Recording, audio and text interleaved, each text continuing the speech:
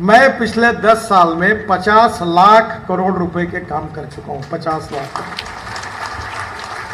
और मैं ये कहने वाला एक मंत्री हूं कि इस देश में पैसे की कमी नहीं है।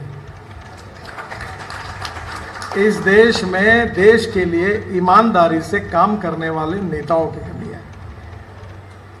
मुझे बहुत अच्छा अनुभव मिला 95-2000 में। मैं महाराष्ट्र में मुंबई में मंत्री था, और आप कभी मुंबई जाओगे तो समुद्र में एक वर्ली बांद्रा सी लिंक बना हुआ है, वो मुझे बनाने का सौभाग्य मिला।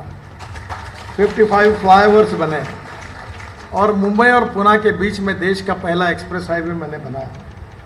तब मेरे पास 5 करोड़ रुपए थे, पैसे नहीं थे, और उसमें धीरूभाई थे, और रिलायंस का टेंडर मैंने रिजेक्ट किया था। वो 3600 करोड़ का था, यानी आज की कीमत 40,000 करोड़ का, तो हमको 1200 करोड़ मिला।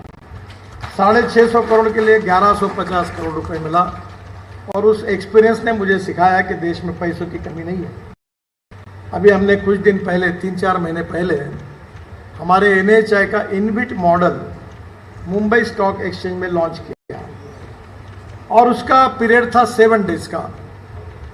और वो 7 दिन के बाद पद्धति ऐसी है कि मेरा कार्यक्रम तय हुआ था मुंबई स्टॉक एक्सचेंज में, फिर मैं वो बेल बजाता हूँ और इशू जो होता है उसको ख़त्म करता हूँ। पर उस समय मैं गोवा में था। पहले ही दिन 7 घंटे में हमारा bond issue 7 times over subscribe हुआ। तो हमारे मेंबर फाइनेंस ने मुझे फ़ोन करके बताया कि आप जल्दी आओ, जैसे बरसात पड़ती है वैसे पैसा आ रहा है, अब हम इतना ले नहीं सकते, वापस करने में दिक्कत होगी, आप जल्दी मुंबई आइए और बेल बजाइए और इसको क्लोज करिए। मैं गोवा से मुंबई गया, तुरंत सुबह दूसरे दिन बेल बजाई और मैंने बॉन्ड इशू ख़त्म किया। Over subscribe, times over subscribe. और ये मैं तो पक्का कह सकता हूँ कि मैं 50 लाख करोड़ का काम कर चुका हूँ, और अभी मुझे और इस बात का मन सोच है कि और 20-25 लाख का कर सकता था, पर वो हो नहीं पाया।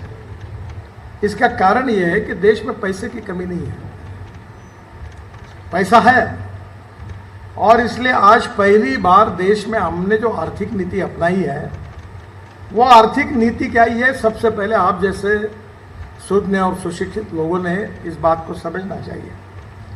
देखिए, हमारे को जब स्वाधीनता मिली तो देश में 3 विचारों का काफी बोलबाला था।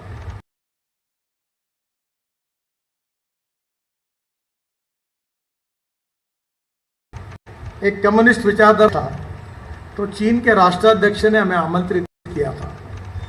मैं पहली बार जब शंघाई पहुंचा तो पूरा पब्लिक प्राइवेट इन्वेस्टमेंट में शंघाई में बड़ी बड़ी बिल्डिंगें बन रही थी। और बाद में जब वो पार्टी के साथ डिस्कशन हुआ तो मैंने प्रेसिडेंट को पूछा कि आप जो माओवादी कहते हैं, कुछ मार्क्सवादी कहते हैं, कुछ लेनिनवादी कहते हैं, तो ये लिबरल इकोनॉमी में जो अमेरिकन साम्राज्यवादी लिबरल इकोनॉमिक अप्रोच है, ये आपने कैसे स्वीकार किया? कहा कि हमें कुछ मालूम नहीं, देश के हित में जो हमने स्वीकार किया है। तो मैंने उनको कहा कि केवल लाल झंडा ही रहा, बाकी सब तुम बदल गए। यही बात रशिया में हुई। और आपको कभी मौका मिला तो बुडापेस्ट उसका कैपिटल है। मैं उस गार्डन में गया था, एक कोने में 10, 12, 15 प्रतिमाएं उखाड़ कर फेंक के वहां रखी हुई है। तो मैंने कहा, ये प्रतिमाएं किसकी है? वो मार्क्स से लेकर लेनिन तक सबकी, कम्युनिस्ट विचारधारा के जो लोग थे उनकी प्रतिमाएं उखाड़ उखाड़ कर एक फेंक दी थी लोगों ने। वो एक गार्डन में कोने में रखी हुई है।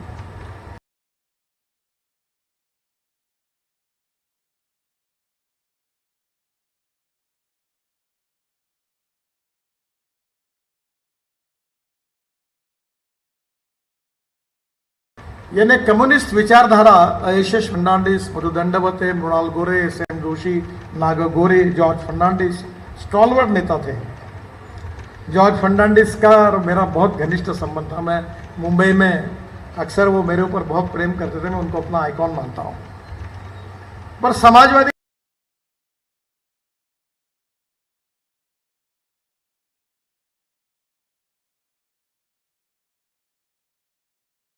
विचारधारा के आधार पर उन्होंने भी देश में अनेक समय के तकीजा देखा के टुकड़े हुए हजार, कोई यहाँ गिरा कोई वहाँ गिरा, ऐसी हालत हो गई। फिर एक स्वतंत्र पार्टी थी, और स्वतंत्र पार्टी ये लिबरल इकोनॉमी के आधार पर अमेरिका की जो नीतियाँ थी उसके आधार पर चलती थी, गुजरात और महाराष्ट्र में थी, वो भी खत्म हो गई। और कांग्रेस पार्टी ने सोशलिस्ट अप्रोच स्वीकार किया था, वो भी नीतियाँ लगभग फेल हो गई। बड़े बड़े होटल्स उस समय सरकार ने डाले, स्टील इंडस्ट्रीज डाली, पर कहीं इस बातों के लिए सरकार के बजट से पैसा खर्च करने की जरूरत ही नहीं थी। सही में पैसे की जरूरत खर्चा करने के लिए वहाँ थी जहाँ लोग गरीब है, सामाजिक आर्थिक शैक्षणिक दृष्टि से पिछड़े हुए हैं, जहाँ पब्लिक प्राइवेट इन्वेस्टमेंट नहीं आ सकती, वहाँ सही में जरूरत थी। और जब मैं महाराष्ट्र में मंत्री था तो मैंने मुंबई में फ्लाईओवर्स पब्लिक प्राइवेट इन्वेस्टमेंट से बनाया। ये Worli Bandra public private investment से, Mumbai Pune public private investment से बनाया। और जो पैसे बच गए वो महाराष्ट्र के 16,000 गांवों को मजबूत रोड से बनाने के लिए वो पूरा पैसा मैंने उनको अलॉट किया, जो गरीबों के लिए फायदे का है। The inspiration behind public private management was giving more priority to rural agriculture and tribal people who are socially, economically, educationally backward, और जहां पब्लिक प्राइवेट इन्वेस्टमेंट संभव नहीं थी। पूरी नीतियां गलत होने के कारण हवाई अड्डे नहीं बने। आज देखिए, हवाई अड्डे पब्लिक प्राइवेट इन्वेस्टमेंट से बने तो 100 बन गए। रोड तो इतने बन गए हैं कि दिल्ली से हमने एक मेरठ का रोड बनाया, पहले 4.5 घंटे लगते थे, अब तो केवल 40 मिनट में होता है। दिल्ली से दिल्ली मुंबई हाईवे बना, 48 आवर्स लगते थे, अब 12 घंटे में होगा, लगभग दिसंबर तक पूरा होगा। दिल्ली से देहरादून 9 घंटे लगते थे, अब हमारा रोड दिसंबर में इनॉग्रेट होगा, 2 घंटे में होगा। हरिद्वार 1.5 घंटे में होगा। 3.5 घंटे लगते थे, 1 घंटे में हुआ।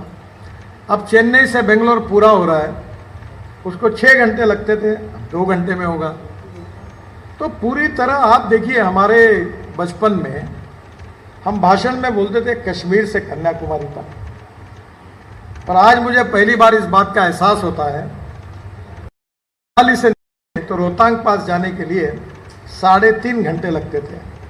अब अटल टनल बनाई है तो 8 मिनट में निकल जाते हैं।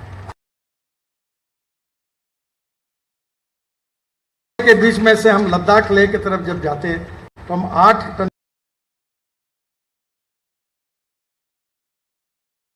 बन रहे, 4 बन गई, 4 का काम शुरू है। तो कारगिल के नीचे हम लोग आशिया की सबसे बड़ी टनल बना रहे, जोजिला, उसका 70-75% काम हुआ है।